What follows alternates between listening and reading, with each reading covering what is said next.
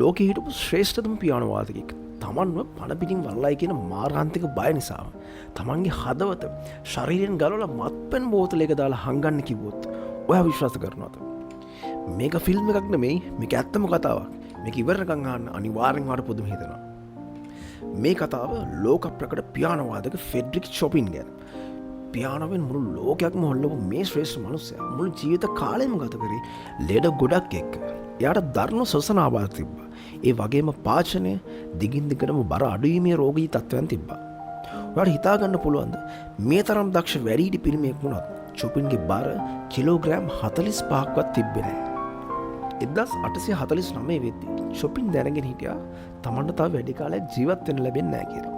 මේ විද්‍යාවට අමුතු බයක් තිබ්බා.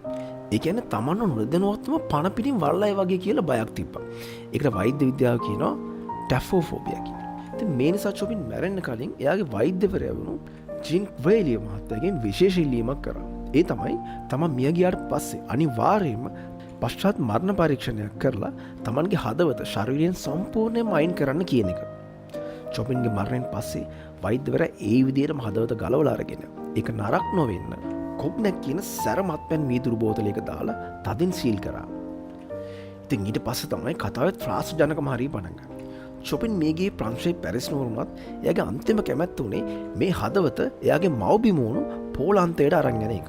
1850 දී චොපින්ගේ අක්කා ලුඩ්විකා මේ හදවත තියෙන බෝතලය තමන්ගේ ගව මාස්සේ හංගගෙන රුසියානු සහ ඕස්ට්‍රියාවේ දේශ සීමා මුරපොළවල් වල ඉන්න ආරක්ෂකයන්ගේ ඇස් වහලා හොර රහසම පෝලන්තයේ වෝරිසෝ නුවරට ගෙනාවා. මුලින්ම පල්ලියක යට තියෙන කුටීරයක හැංගුවත් පස්සේ 1879 දී ඒක පල්ලියේ ප්‍රධාන කුළුණක් ඇතුලේ තැන්පත් කරා. හැබැයි 1944 දී දෙවන ලෝක යුද්ධයේදී නාසින් මේ පල්ලියට ප්‍රහාර එල්ල කරද්දී ජර්මානු අනදෙන නිලධාරියෙක් වෙච්ච එරික් ෆෝන් ඩෙම් බැක්සෙල්විස්කි මෙන්න මේ හදවත තමන්ගේ බාරයට ගත්තා.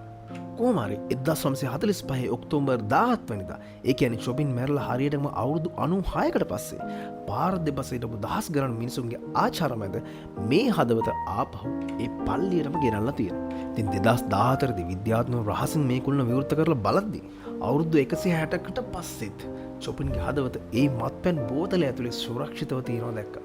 ඉතින් හරිම පොදුවයිනේ. ඉතින් චොපින් මැරුණේ ෂර් රෝගයෙන්ද නැත්නම් 65 ප්‍රොසෙස් කියන ජානමය රෝගයෙන්ද කියන රහස අදටත් ඒ හදවත ඇතුලේ සැඟවිලා තියෙනවා. ඉතින් මේක ආයිත් විවෘත කරන්නේ 2064 දී. ඉතින් මේ වගේ ලස්සන නිර්මාණ කරන්න එයාගේ තිබ්බ මෙන්න මේ වේදනාවල් හේතුවක් වෙන්නේ නැති කියලා මට හිතෙනවා. ඉතින් මේ පුදුම හිතන කතාව ඔයාගේ මියුසික් කරන යාළුවටත් බලන්න ෂෙයා කරන්න.